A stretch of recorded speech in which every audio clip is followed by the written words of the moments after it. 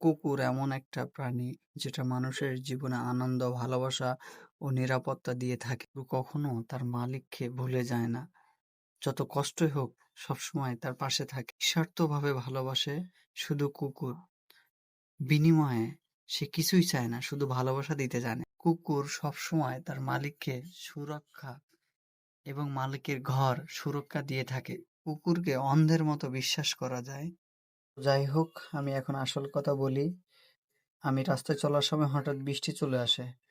তো একটা দোকানের ওখানে দাঁড়াই, ওখান থেকে এক প্যাকেট বিস্কিট কিনি নিজে খাওয়ার জন্য।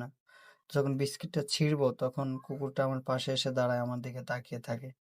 আমি তখন বিস্কিটটা ছেঁড়ার পরে তার গালে একটা দেওয়ার চেষ্টা করি, আমার ভয় লাগে। তারপর আমি দেই, তো সেটা পড়ে যায়।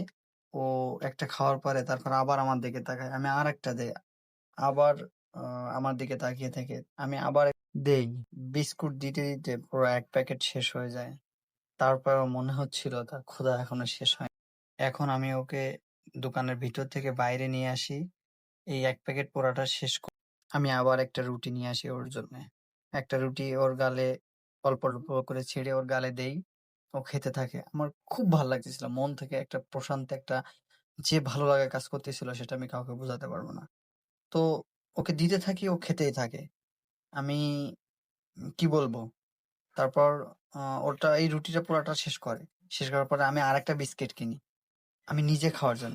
বিস্কিটটা ছেঁড়ার পরে ও আমার দিকে তারপরেও তাকিয়ে থাকে।